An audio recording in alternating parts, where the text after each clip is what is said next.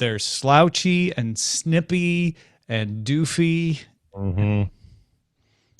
This is my dwarf fanfic. All right, here we go. The Daily Tech News Show is brought to you by listeners like us. Go to dailytechnewsshow.com/donate to learn how. Go nuts. No, Homer, that's donate. But I'm sure Tom wouldn't mind donuts either. Visiting their sponsors and crowd. This is the Daily Tech News for Wednesday, July 15th, 2015. I'm Tom Merritt. Joining me today, like most Wednesdays, Scott Johnson, Chief of Clan Frogpants. Yeah, nearly every Wednesday. That's true. And thank you for having me on, as always. Wednesdays are some of my favorite days of the week. There's only 7. Yeah, I've got 7 favorite days of the week, and Wednesday's one of them. Yeah, it's at least in the top 3, but thank you for having me here. No, man, it's great. And I know you had to miss TMS this morning, so it's even more specialer for me.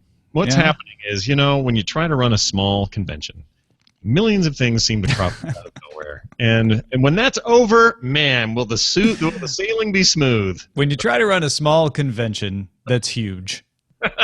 Yeah, well, I know what you mean, man. I actually don't really know what you mean because I've never run a convention, but I've seen you in action, so I can imagine. Let's tell the people some tech news, shall we? Sure. All right. I'm in.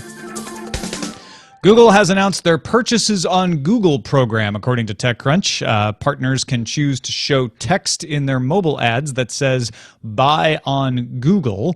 Users who tap will go to a page where they can buy the product. Google will host the pages and process the payments from a Google account, while the merchants get to have some branding and handle product fulfillment. Google said it's a test of the feature. They're doing a test with a dozen or so retail partners over the next few weeks, with plans to expand availability to advertisers throughout the realm of the United States of America by late 2015 or early 2016. In fact, Scott and I are going to dig into this topic a little more because it has ramifications for all sorts of things going on in the industry. Yeah, I have many questions. We'll see if we can answer some of those later. The White House is piloting a program to provide 275,000, that's triple zeros, low-income families with free or deeply discounted broadband services. This is all according to The Verge.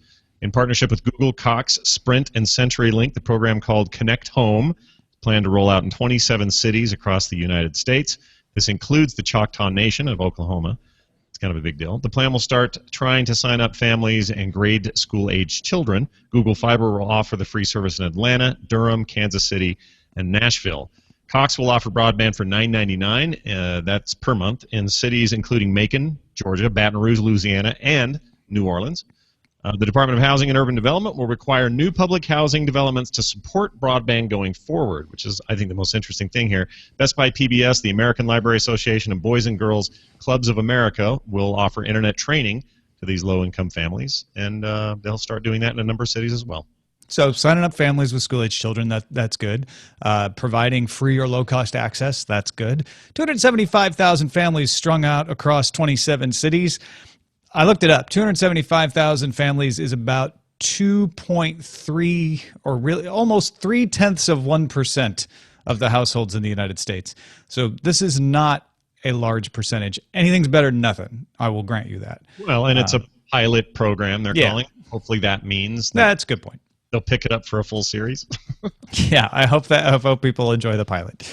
U.S. Justice Department and Europol have shut down the Darkcode.com online forum, according to Reuters. Operation Shrouded Horizon included the U.S. FBI, Europol, and other countries, including Brazil, Israel, Nigeria, and Australia. U.S. Justice Department has charged 12 people with crimes, including conspiring to commit computer fraud, wire fraud, and money laundering. Europol said there have been 28 arrests, and a total of 70 individuals are being investigated. Among those charged was Johan Anders Gudmans of Solibron, Sweden, known as Synthetic, who the Justice Department says is Darkcode's administrator. Residents of Pennsylvania, New York, Florida, Indiana, Wisconsin, Louisiana, Slovenia, Spain, and Pakistan were all among the indicted.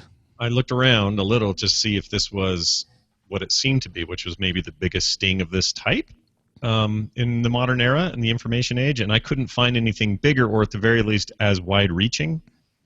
which I think is super interesting. That we'll probably start seeing more of this, but you're going to start seeing more organizations like this being taken down for, various hacking type infringements on humanity. And I don't think this will be the end of that, but yeah, this is a big one, man. Huge. It is. It was a difficult forum to get into. You didn't just run your Tor router and pop on by. You had to submit a resume, show proof of previous criminal activity, get a sponsor to sign off on you and bring you in. So they had to do some pretty snazzy, I guess is a word for it, infiltration to be able to get in here and take this down. It is definitely a big deal in the InfoSec community for sure. Well, I'm very much looking forward to Tom Clancy's Operation Shrouded Horizon coming up. Me too. Hey, by the way, going back to the Home Connect or the Connect Home story, TVZ Gone in the chat room says the cable company I worked for was trying to cut a deal with the Navajo Nation to get right-of-way to send fiber over their land and give them free internet as part of the deal, but they never seemed to be very interested.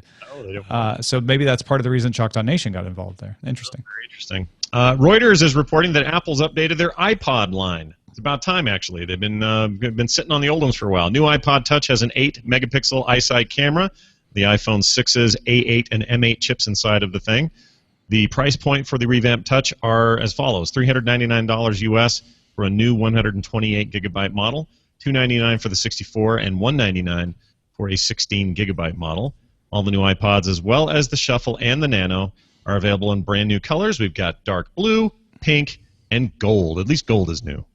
Yeah, it's that champagne gold or champold or gold pane. I'm not sure how you say it, but yeah, I mean, I don't know. It's still a very small screen. They didn't make it when it says iPhone 6 internals, that means internals. It's still the smaller iPod Touch screen on the outside. You didn't get a 6-inch screen, but they have iPod, they have Apple Music coming out. I guess the most interesting thing for me here is that the iPod has gotten to the point where they just roll out new versions. They don't make any big deal. They don't even try to tack them onto another announcement. Yeah, it's not Tim Cook up on a stage or anything, but as a thing that you could look at in the marketplace and go, well, if it's got that camera, that's pretty awesome. This makes this a really great point and shoot, and everyone's always looking for a point and shoot that doesn't have to have some kind of contract tied to it. So I feel like even more than the music side of it, although with Apple Music maybe that changes things, but the focus here is probably camera and apps, and there's still plenty of kids who want them that parents don't have phones yet. So yeah, there's still market. I did not note the author, and so I apologize for not giving credit properly, but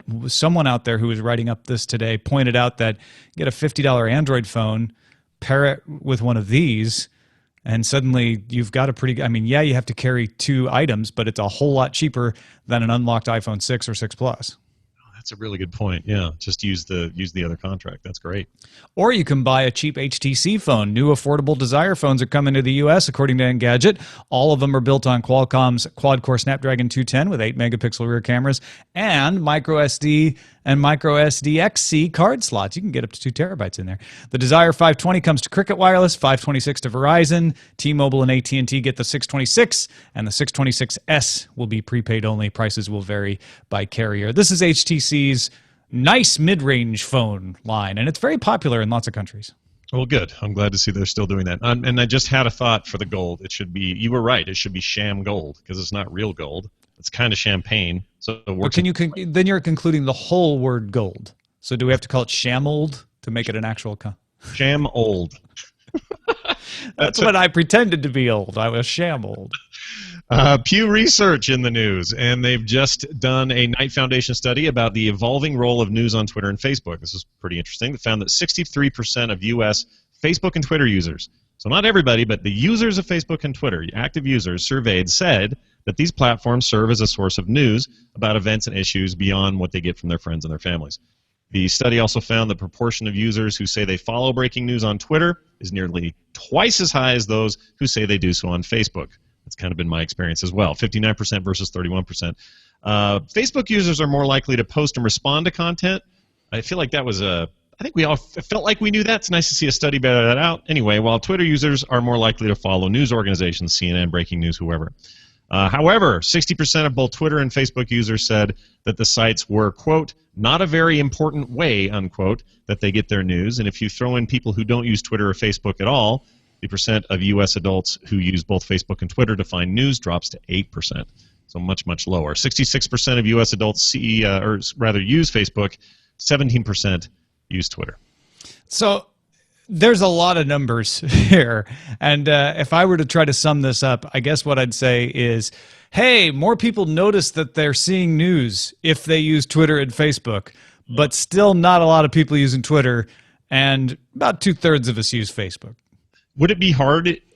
This is totally hypothetical question, but would it be hard to say where people are actually getting their news? I mean, my guess is it's still TV. Oh, well, that's another study, and I bet you can do a Google search and find exactly that information out. In fact, I feel like we had a Pew Research study about that not too long ago that kind of looked overall at where people were getting their news. But yeah, it's going to be online news services before Twitter and Facebook, and whether television and newspapers, actual like print newspapers, are falling into the mix on one side or the other. You know, it almost doesn't matter for the purposes of this discussion, which is this is coming across in some reports as Twitter and Facebook are the new source of news, and that's not what it's saying. What it's saying is people are noticing news on Twitter and Facebook a whole lot, but none of them think it's their primary source, right? And their primary source is one of those other things you mentioned. Yeah, it's funny. Articles and studies like this force me to face the changes I've made in the way I consume news content. And it's completely different than it was, say, a decade ago. And today I am one of these Twitter, Facebook, internet news guys. And I don't get it from TV at all. I'm a unplugger, and I don't get it from cable networks or any of that other stuff. And I certainly don't get it from a newspaper on the daily. So, but do you go to Twitter or Facebook for your news, or do you go somewhere else? That's a really good question. The little bit of thought I've given it, I think what happens is I react to news on those platforms. I'll see something breaking and go, oh, so and so died, or whoa, somebody bombed what, and I'll see it in my feed.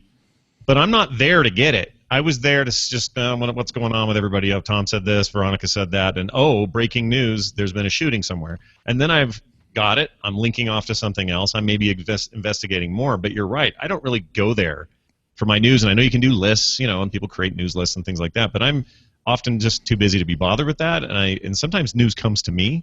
Maybe that's a factor in this that will become more interesting as time goes on, because it is kind of coming to us now instead of us having to go to it. Yeah, I'm right there with you. If you ask me, do you see news on Twitter or Facebook, I'd say yes.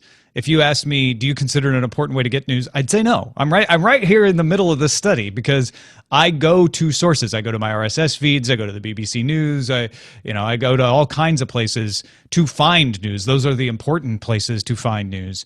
But Twitter and Facebook are just those serendipitous ways that I pick it up. Like you said. Often it's the same news and sometimes the same news organization. So it's interesting. Engadget reports that Samsung has launched its slimmest smartphone ever. The 5.7-inch Galaxy A8 is 5.9 millimeters thick, weighs 5.3 ounces, and has a near bezel-less display. The phone also features a fingerprint sensor and hand wave detection. Cost you about 3,499 yuan in China. That's around US $560. No word on availability outside the country, though. Seems like a cool phone. You'd probably sell okay over here. That Galaxy A series is always thin, but then not quite as good. So if you like thin, go get it. You do give stuff up with that. Yeah. Everyone try to pretend that the new MacBook isn't ridiculous. But it's really thin. Yeah, it's thin. It's thin, all right. Fortune reports that Yik Yak will allow users to post photos to its anonymous messaging service. No inappropriate photos, okay? Anything you would send to your mother, basically. Illegal content or faces will be allowed in the local feeds. Yik Yak will approve all photos before they are allowed in the feeds. The app will ask users once for a phone number to prevent bots. So a little bit of security there, I suppose. If you don't know about Yik Yak, it's basically a bathroom wall.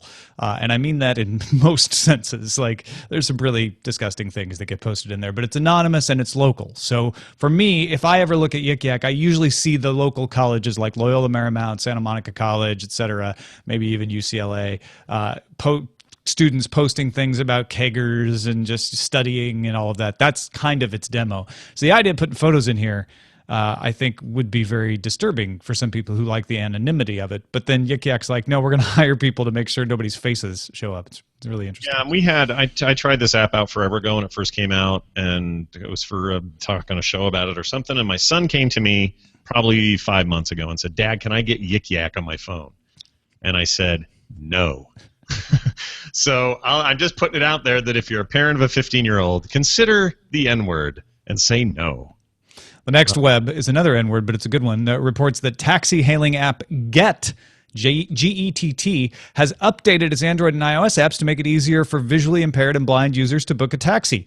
When enabled, the app reads an audio description of where users are pressing on the screen and which feature the user is interacting with. The company was approached by 17-year-old Addie Kushner, who has been blind since birth, with a request to make the app more accessible, and he even offered to help to make it so if they wanted his help. To switch on the feature, you can enable voiceover or talkback in the most updated version of Get, available in the US, UK, Russia, and Israel.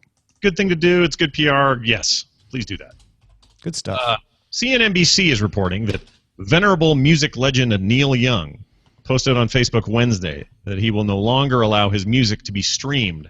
Young wrote this, I don't need my music. I'm not doing the voice. I don't need my music to be devalued by the worst quality in the history of broadcasting or any other form of distribution, unquote.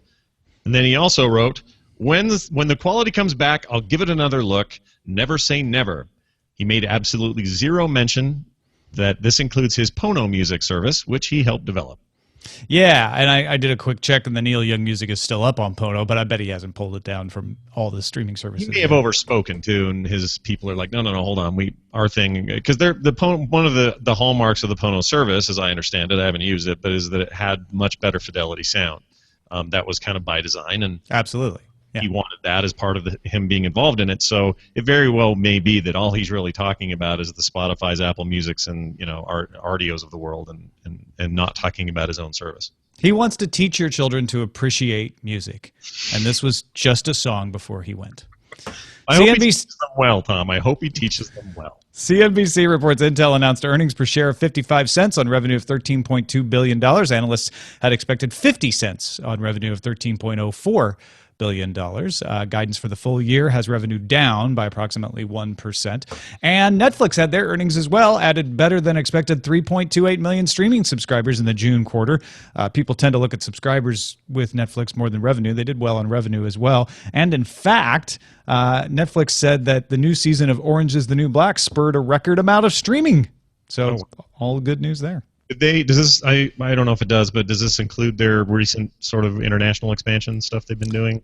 Oh, well, yes, it does. Absolutely. No, this is 3.28 million subscribers worldwide, and they are still expecting to have 200 countries by the end of the year. Great. Time for our subreddit acknowledgments. Many of the stories you have heard already were submitted to our subreddit. Thank you.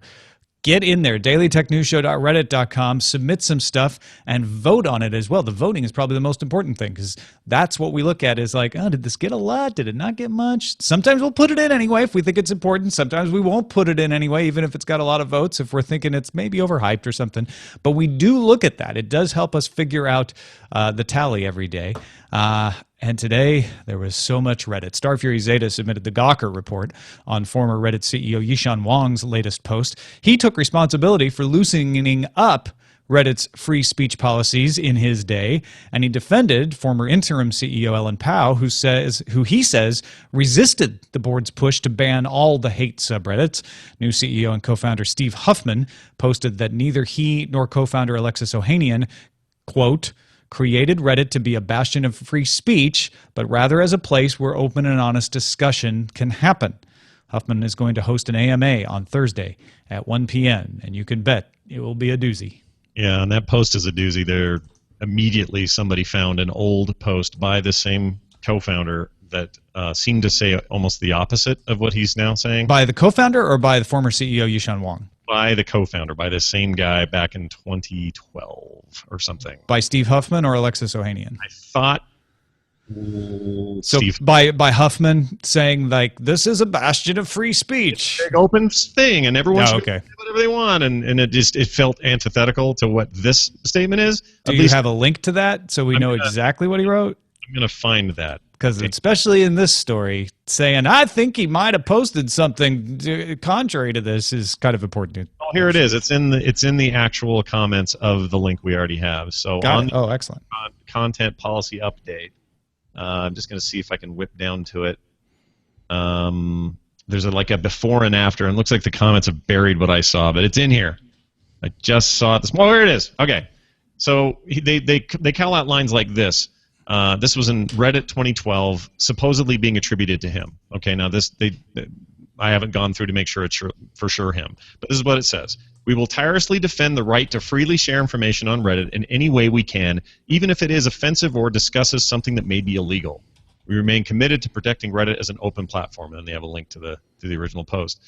Then, today's obviously is we have no obligation to support. Can you click on that link to the original post? Yeah, I'm going to click it. And make sure that it actually goes to that post and it actually says what they're saying it says. I'm sorry. No. This is good. This is what I do. You're a newsman, Tom. Let's see. I'm looking. Yeah, here's the original post. I'm going to give it to us in here. Not easily. There we go. I'll put it right under the article.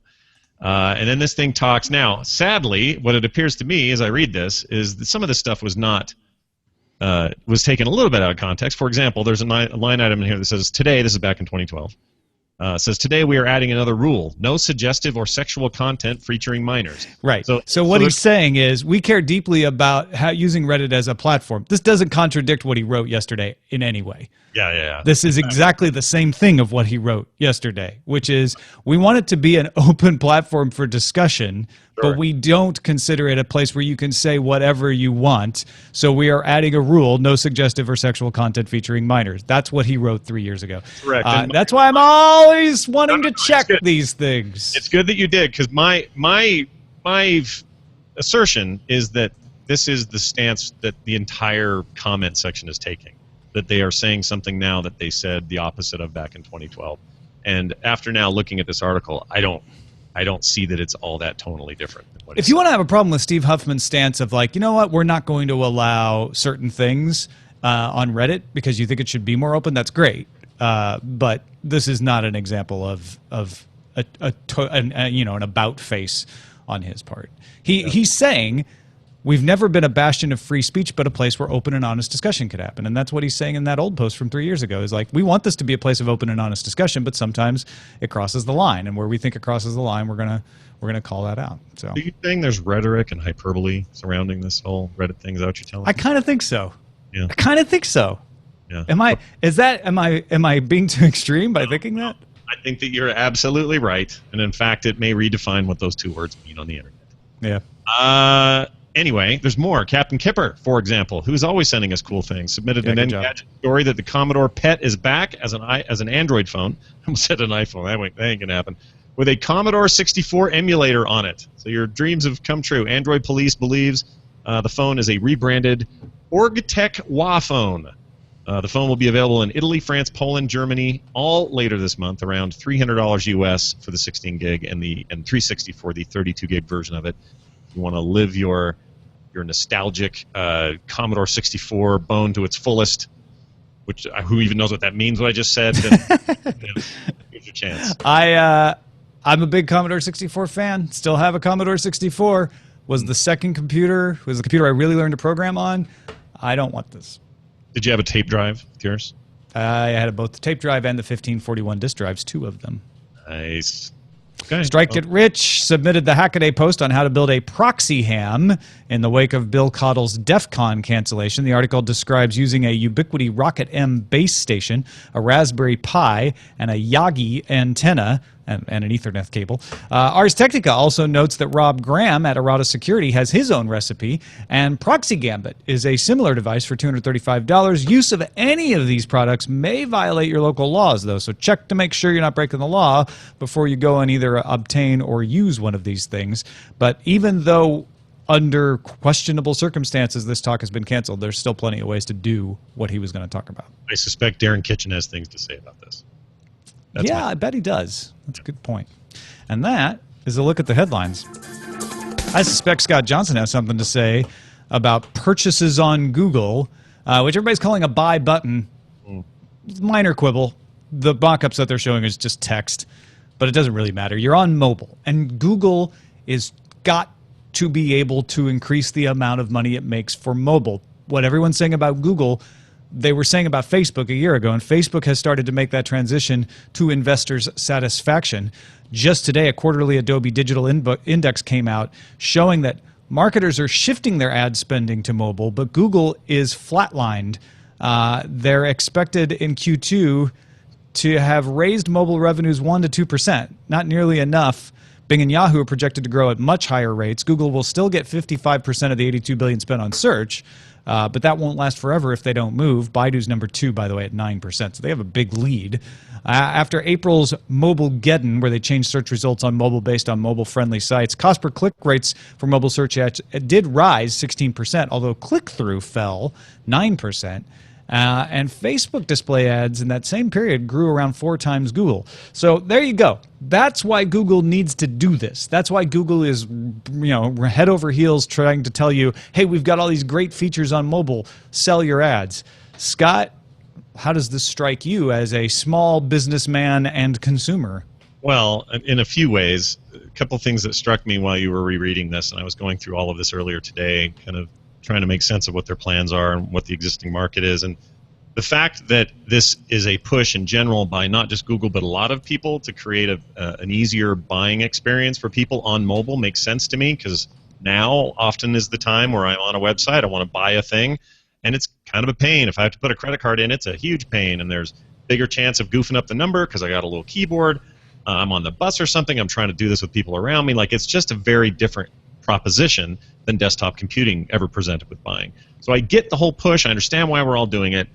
The big concerns I have are this. One, also, by the way, I think less click-through in those numbers is indicative of the same problem.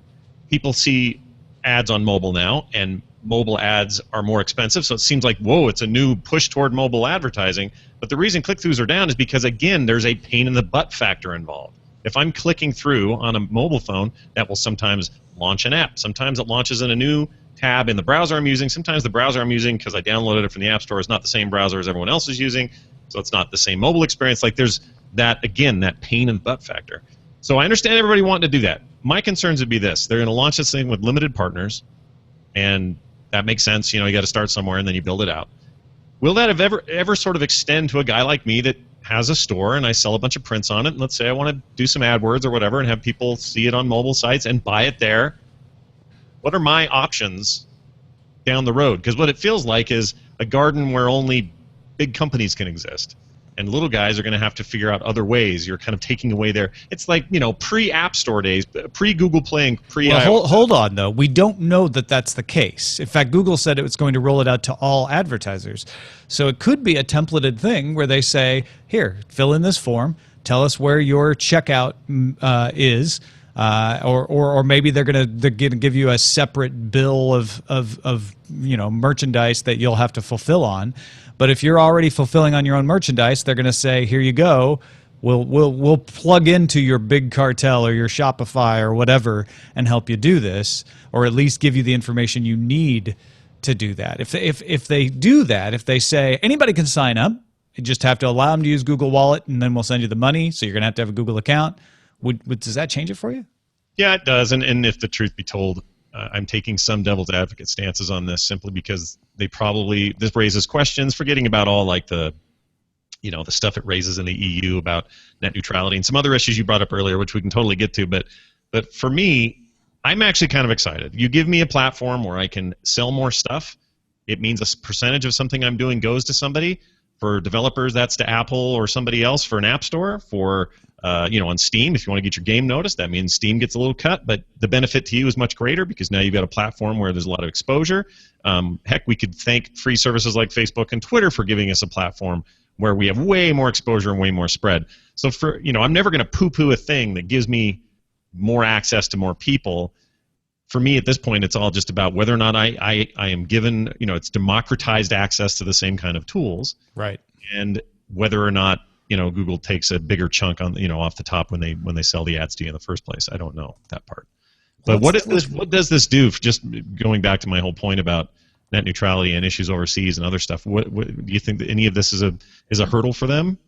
Yeah, and that's one of the reasons that I have a feeling it will be available to pretty much anybody who can work within that system, right? Like if you sell your stuff on Cafe Press or Zazzle, then it might not work. But if you fulfill your own stuff, then I have a feeling that you're going to have a way to be able to take advantage of this. In fact, I'm trying to find the exact early 2015, 2016 rollout in their blog post. The way it should work is, let's say, we'll just give a scenario here. I've made a 12 by 18 print, and I want to sell it on my store, and it's up there on the store, and people can go there manually and get it. But I've also bought some ad time, or however you want to say it, some ad words, some ad space with Google, and it shows up on a bunch of mobile sites. People go, they say, buy now through Google, they click it. I don't exactly understand how that money gets to my PayPal account, which is how I gather money from the store. So there's a lot of questions, just underpinning technical structural questions I have. But in theory, that's how it would work, right? I mean, I may have to plug Google in as a payment processor, or some other thing may have to happen. But hopefully the way it works is it's just simply, new order came in, this one happened to come from a Google click, as opposed to that one that came before on the store directly. Fulfill it, send it out, sign it, be done. Like, that's the dream. Yeah. If that's what they do, then I'm happy. Yeah, and I think they will intend to make this as widely available as possible, because they won't want somebody saying, "Oh, here's another situation where Google is favoring particular segments." But it also does put emphasis on buying through Google's own ads, which are above the natural search results, which could also be an issue. You do have to be an advertiser. You do have to be paying money to take advantage of this. So there's a little bit of a dance for them to do there, although I think they can do it. What this really points out to me, I'll tell you, the biggest thing that hit me in looking at this story is that the mobile platform is not as good for a user as the desktop platform, and it's all about multitasking. Every time I've talked to somebody who's like, I can do everything I want on a tablet, I don't need a desktop anymore, I've struggled to explain why that's not true for me. But the simple thing is multitasking.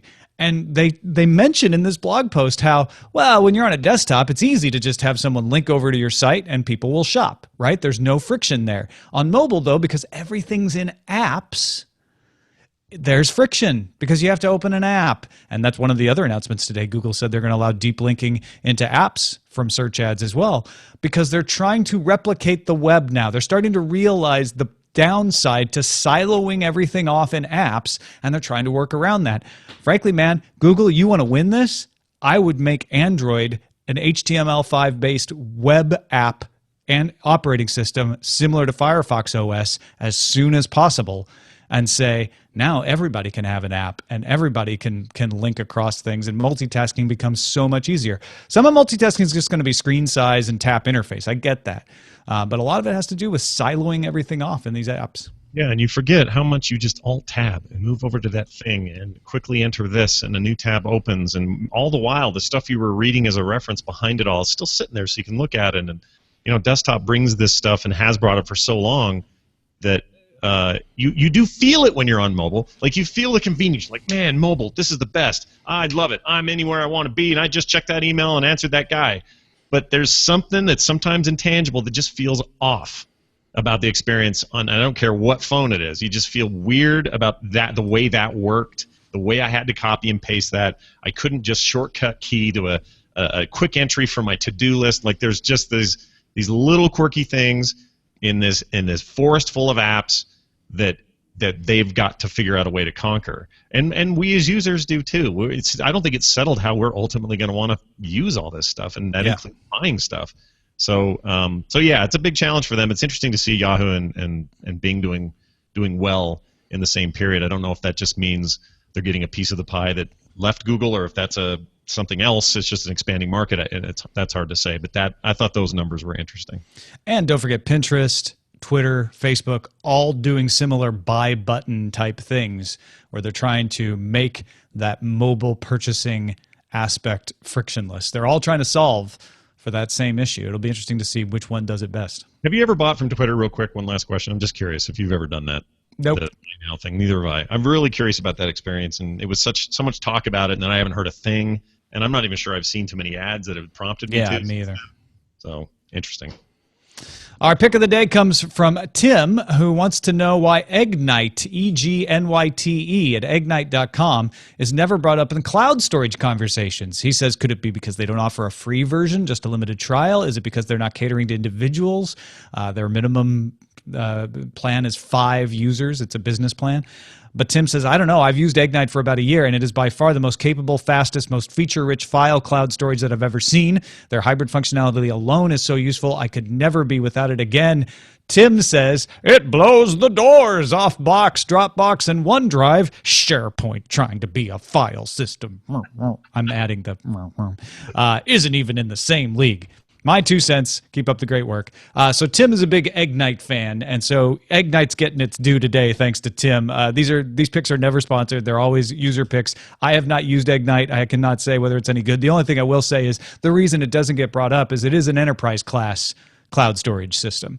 You minimum have to pay for 5 users out of the box for your small business plan. So it's not really classed the same as Dropbox and OneDrive are, although Dropbox and Box and OneDrive all would like to be enterprise class products as well as individual consumer products. So they are competing.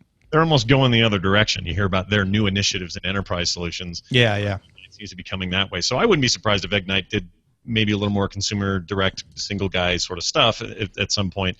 But they're not marketing in that way. So I'm guessing a ton of people who've heard this show, I've only heard about it in passing. But I'll bet most people haven't even heard of them because they're not in the market for, a big enterprise solution like that. So, let's hope, dear writer-inner, what's his name again? Tim, that they maybe they make a version for me. That'd be great. Send your picks to us, feedback at dailytechnewsshow.com. You can find my picks at dailytechnewsshow.com/picks. Our email today bears on our conversation a little bit, Scott Johnson. Marcelo in Sao Paulo wrote in and did a little legwork for us. Thank you, Marcelo. I've been running some ComScore numbers and notice a decline in Google search in Brazil, both in page views, whose trend is usually similar to queries, and unique users. There's a steep decline in desktop searches explained by the shift to mobile, but even in the multi-platform report, Google is softly declining. He found an article from the New York Times which he thinks confirms his suspicions as to why. He says, even though iOS represents a smaller share of devices out there, we know that iOS users have a large piece of internet usage in mobile, and Apple has a deal with Bing. They have a deal with Bing for Siri. The search box does not fit devices like smartwatches, Internet of Things devices, and personal assistants like Amazon Echo. Google will have to either expand its domination to all of those multiple entry points or lose market share to competitors. The new mobile world opens new opportunities to these competitors, and Google dominance gets more challenging. What an excellent perspective where, as far, again, Google dominating on the desktop right now, but that's like saying Nokia dominated in candy bar phones. You've got to make the jump to that next wave if you want to continue to dominate. And right now, it's not a sure thing that all of your future devices will use Google as their search engine. That's super fascinating. I never looked at it from this perspective, but it really rings true, especially with the Amazon Echo. I think it's a opaque experience. You don't even know what that thing is using for its search results when you're asking it questions. You just know it's working well, and that's got to be a little scary if we have lots and lots and lots of devices out there that aren't using Google as their backend, but people aren't caring. Because if you're on a desktop computer, like, no, well, use Google. You only use Google. No one uses anything else. Use Google. I mean, you have that one weird advantage of brand recognition, and you've earned that, Google. But when it comes to everything else, if my fridge starts talking to me, the last thing I'm thinking about is, does this use Google? Because if not, forget it. And I think that's a really that's a great point. Yeah. I don't care if my fridge uses Bing, just as long as the search results give me what I was asking for. Exactly. And you wouldn't say that with a computer or even a mobile device. Like, this is all changing real quick, and man, he nailed it. That's a really great email. I bought a ThinkPad to put Linux on, but it came with Windows 7, and so I've been using it with that. And one of the things when I downloaded Firefox and installed it, Firefox's default search engine is Yahoo, so I left it that way to see if I would need to change it. A couple of times I've decided to do a search in Google, and I have a feeling it's more that I've learned the quirks of Google, so I knew how to craft the query better. But most of the time, I search in Yahoo, and it gives me exactly what I was looking for. Yeah, I mean, it's both a blessing and a curse that they're so dominant because everybody else feels like they have to keep catching up to them, and then we don't notice that they were all pretty good for a long time, and they're probably all great. Yeah. Like Bing would probably give me exactly what I need right now if I went and checked it. I just don't think to. It just only gets scary for Google when the devices aren't showing us who they're using, and then all bets are off.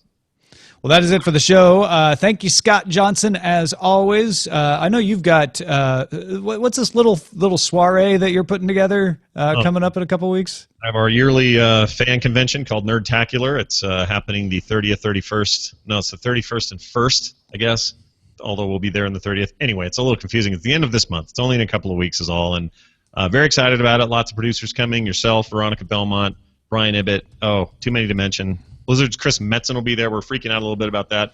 Lots of prizes, costume contests, panels all day for 2 days, all in this beautiful place. If you want to catch streaming, because if you're coming, you already know. You got your tickets. We sold out of those a long time ago. So if you were coming, you already know you're going to be there, and we can't wait to see you. If you're not, though, I did want to let people know they can see the live proceedings of all the panels via a free video stream that will run over at frogpants.com/live. So it's still a couple of weeks away, but on those 2 days, if you want to catch all of us doing our thing and see what's up, you can definitely catch us live there. And if you got any questions for me or any thoughts, just follow me on Twitter. I reply to lots of people. Oh, and thanks to everybody who retweeted I had no idea it was going to happen, but that Pluto thing I did yesterday blew up and ended up getting retweeted by, who's the famous Canadian astronaut? I forgot his name now. Chris Hadfield? Chris Hadfield retweeted it. Felicia Day retweeted it. Like, it just went berserk. And by the end of the day, it was like 30,000 retweets. I'm like, what even happened there? But anyway, just thanks to those who thought that was funny and forwarded it to their friends and created kind of a chaos on my phone. You went viral, Scott! It was weird. That's the most viral Twitter thing that's ever happened to me, and it was a complete afterthought. So here's the lesson, Tom. If you make something quickly without too much thought and you thought it was kind of dumb in the first place, it might go viral. It might be a big hit on the internet.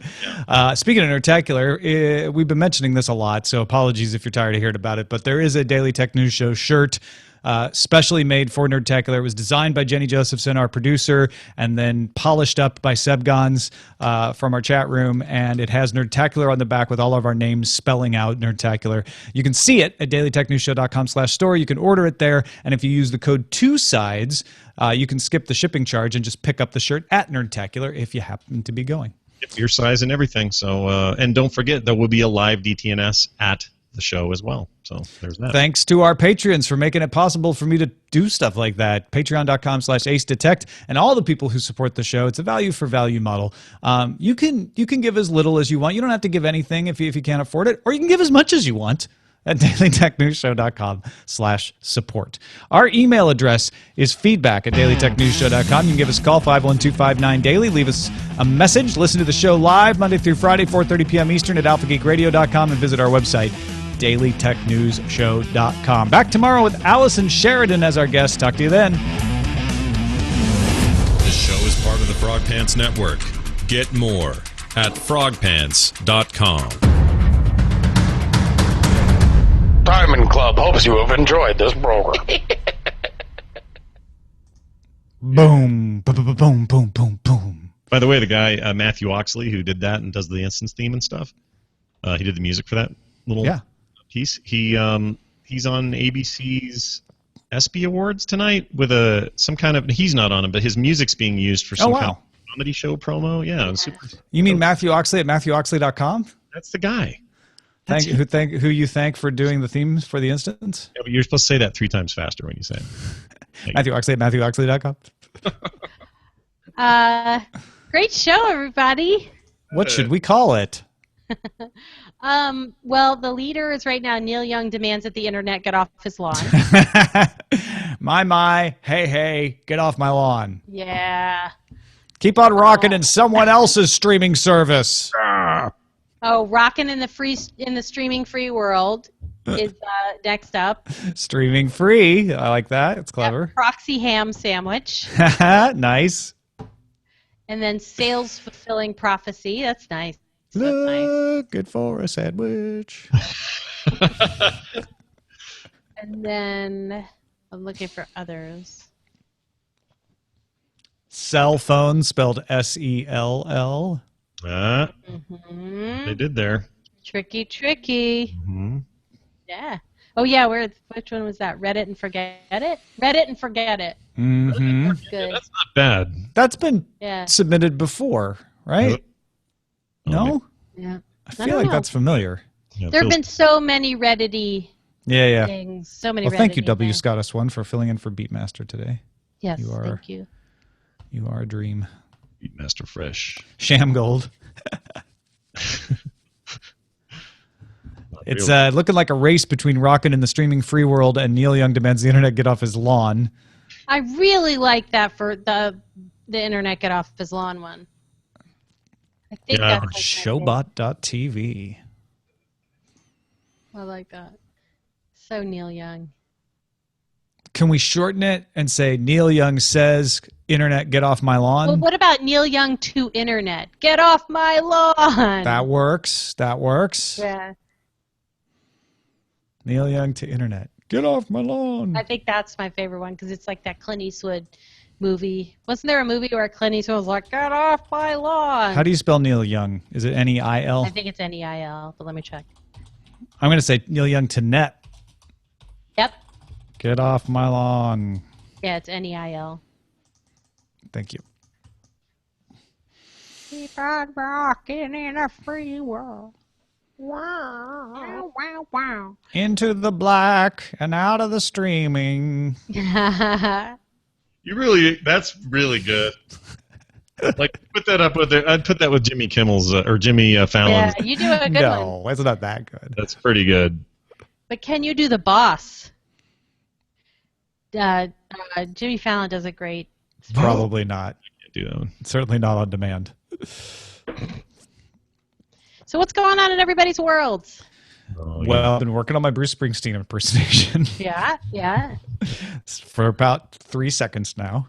If I keep talking today, I'm gonna have I've got a Janis Joplin brewing in the back of my throat, and if I keep talking, I Yeah. can do a whole Joplin concert. Rough Yeah. up that voice. It is rough, let me tell you. I've basically been nonstop talking since Tuesday morning. Why is that? Why so much talking? So much talking. Freedom's just 'cause I'm a another word for Joseph nothing left Scott. to lose. All right. Is it? I'm not even kidding. Like, I do a mean Janice when I get this right. So I want to hear this. Let's hear this. yeah, I'll save it for Nerdtacular. All right. It's much better in person. I can almost guarantee I'll have no voice then. Everyone, sure, not a problem. I'll bust out with 10th Avenue Freeze Out if you do. Yeah. So I teach, Scott, is the answer to that question. I teach new media at a school here, and we did music videos yesterday. We talked about music videos on the internet, so it was basically like a whole lesson about OK Go. Yeah. And so when you play the music videos and talk over them, apparently that's bad because you lose your voice. I see. I I was expecting a rights issue, but you're right. Yeah, more. No, it's just like... About Saturday at M15, I'll be in the same boat, but then I'll have this really great voice the day after that. Yep. This There's aw- something to that roughed up voice, like, that works, even though Needs it's to not good for you. I need to smoke. No. Get some clove No, Scott, cigarettes. no. Yeah, I'm going to start now. Wear a beret. As soon as you Right? get Nick out of the house, man, just let it all out. Yeah, exactly. Get out of here, boy. Light up. Get off to I like college. how- I'm going to smoke a clove. By the way, Tom, I like how you cut yourself off. Instead of saying let it all hang out, you just stopped. Let it You're all like, nope. I know, Scott. I know where he was going to go with that. Going with that. I like that. Yeah. I can't pass up a good wiener joke. I mean, it's what the whole foundation of the morning stream is built on. Wieners all the way down. Wieners all around. Hot dogs. Armor hot dogs. Oh, Ian McKellen did an AMA. I missed this. Aw. I'm Professor. No, wait. Not Professor. I'm Magneto / Gandalf. Ask me anything. What do you think of dirty subreddits? And he said, keep it secret. Keep it safe. Use vote. That's awesome. VOAT. Is it secret? Is it on vote? And the vote thing, I heard they got attacked or something, like brought down. Oh yeah, they got DDoSed. Yeah. Not a shocker. We have a Daily Tech News Show vote. Scotty Rowland jumped in on it, and somebody else created it. And thank you to that somebody else whose name I apologize for slipping my mind. Scotty was asking me if we were going to formalize it, and I told him we'll just kind of see how it goes. If everybody ends up over there, then it's good to have it. And maybe it'll come in useful for something we don't even anticipate. But I mean, the subreddit is perking along fine. I don't see any reason to try to do two at once or change or anything yet. No. But what's the service that you guys are talking about? Vote. What? Vote? Yeah, VOAT. VOAT.co. It's basically a Reddit. It's a Reddit clone. Yeah, it's a Reddit clone. It's where they were all bailing to when they were having their revolt. It's down right now. You guys were both talking. Oh no, it's being botted, so it gave me a moment before it. So you go to vote.co, voat.co/v/Daily Tech News Show. There's a nice little subvote, it's not called a subvote. What is it called? Subverse. Subverse. Yeah, they have V's instead of R's. A little V. Who would upvote that? It seems weird that it would be such a clone. Dr. Whiskey is the one who created it. Thank you, okay. Dr. Whiskey.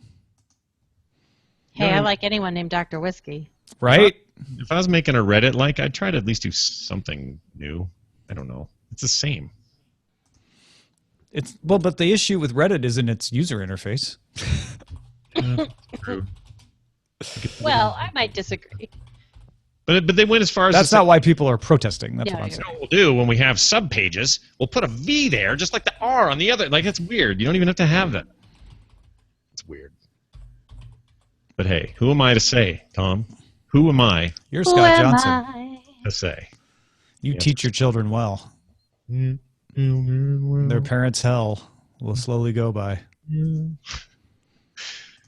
love that song. I like that whole era. Feed them on your dreams? No, man. I want food. My dreams are my own. That's the problem with Generation X. Freaking hippie parents tried to feed us dreams. We all got stunted growth. All right, yeah, vote. I don't trust anything that says vote, but it spells goat almost. It's vote, see? Yeah, I don't like it. I'm like, that just seems like an illegal animal somebody created in a lab. I don't trust it. Tom had me at vote C. Oh my gosh. It's where you spread your votes around across many subverses. Amazing. That was amazing. Woke up in the middle of the night with this overwhelming feeling that I had forgotten a bunch of nerdtacular things. Oh yeah, I bet that's a natural phenomenon at this time of year, huh? Hate it. I want to have it all done. You're like, that's why I hired Corinne. Why am I having these dreams? It's the worst ever. That's because you have to trust people, and you have really great people, and you can trust them, but it's still that terrible feeling of I just delegated stuff. Yeah, no. And you have to think about it. I don't deal with that very well. I never have. But it always works out. It's always good. Yeah, and also your crowd is basically the most forgiving crowd in the history of crowds. Oh, I could throw horse poo at them, and they would go, yay! Free horse poo! It's more worrying about the people that are coming in specifically. And right? you get some horse poo. And you get some. I shouldn't even be nervous about Metzen. It was his idea to come. They called me and says, we'd like to come. If anything goes wrong, be like, you decided to come, Metzen. Yeah, it's like, that's on you, dude. Not my issue. We could talk about this more off the live, but do you have a handler? Yeah, basically Corinne's my handler. There, so you're fine. Really between her and Dave, I'm handily. You're handled. Yeah, I'll be fine. It's fine. Stop worrying. I know. I'm going to stop. This is what? Him worry? I mean, it could be an avalanche, but... Yeah, that won't happen. That already did happen. Well, it happened 2 years ago. And that was early July. That's when the rain season was still there. I think it will be... none of those things are worries. They have a bunch of new spaces. New spaces? Yeah, we were able to make a little more room, and We've sold more tickets. Like, it's just better. Everything's better, but I always worry. It's the way it is. Well, all right. I'll grant you that you're allowed to worry about bringing humans all to one place and the alternate reality consequences of that.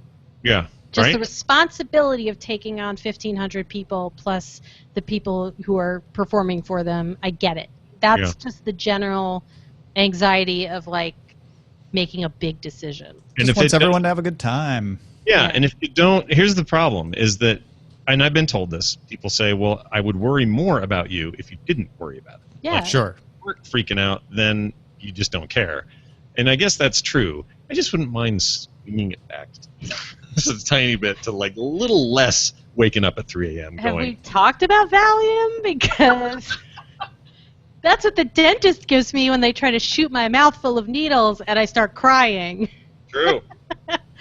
I'm not saying, I'm just saying. You're just saying. You know a guy who knows I a guy. know a guy who knows a Valium guy, and oh my god, it just makes the smallest difference. Like, I only use it literally when someone's shooting needles in my mouth, but I imagine putting on a con would be similar. That's a good time to do that, is when they're shooting people. Yeah.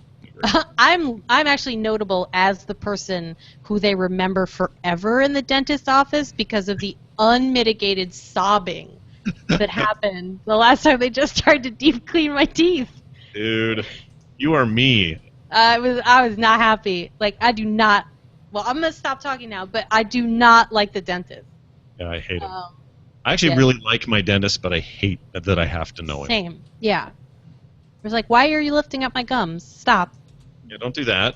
Don't do that. Don't drill in my mouth. There should not be the smell of fire coming out of my mouth unless I was just eating tacos. It'd be more like dogs. Dogs have teeth that, I know they can have issues, but if you have you take care of your dog and keep him healthy, you have the best. I want to be like, yeah. I don't have to have anything done. Yeah. Or maybe Tom's dogs are both in pain right now and we just don't know it. Oh, man. Sawyer is exactly what you're talking about. Django, on the other hand, is just one of those dogs that, even though she's not a purebred, has all of the issues, and they're never the same one twice. It's insane.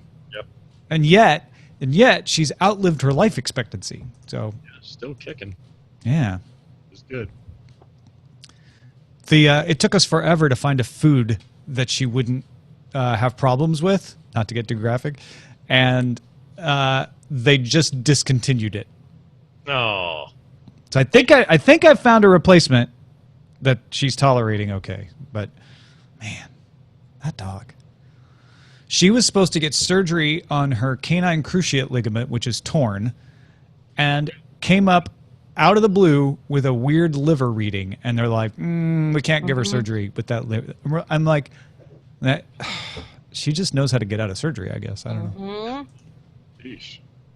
But she's doing good, like. Yeah, she's a lady now. She's in her 80s human years, so she moves a little slower, but otherwise she's fine. There you have it. Ours is still a puppy now. She probably moves faster than I do. Tom's dog moves faster than he does. Actually, that's true. True. That's true of my dog too. It's true of my kids. Everyone moves faster. Everybody moves faster than me. I'm just a hobbit at this point. I'm just a little hobbit. Wait, Roger went to ceiling mode. Roger, you've been... Roger's having the baby thing. Roger's having a baby? Another one? Expect that. No, he's trying to soothe. No one expects Roger to get pregnant. The Spanish insemination. Oh, no! Oh. Where are the needles for my eyes? Because I'm ready to stab them out. Fetch the comfy chair. The comfy chair. Oh my God. All right. All right. We're done here. I'm out of the post. Certainly. And I don't know what's coming up next, folks. Who Could knows? be apocalypse, for all we know. What is it? It's Wednesday. I don't know. I'm reading The Stand again. Something on Wednesdays. What's on Wednesdays? I'm 106 and I still bake my own it's bread. usually Sword and Laser coming up on Wednesdays, but there's no Sword and Laser. It's an off week for Sword and Laser. Yeah. and So we don't have 8-Bit it anymore. Life is today. 8-Bit Life. That's a good 8-Bit one. Life. Roberto's 8-Bit Life. Go watch 8-Bit Life, folks. 8-Bit Life is the best interview I've ever done. Yeah, me too. I'll agree with Go that. watch 8-Bit Life. Go 8-Bit Life immediately following nothing. Just go watch it. Just go Goodbye. watch it. Oh, Tom, you're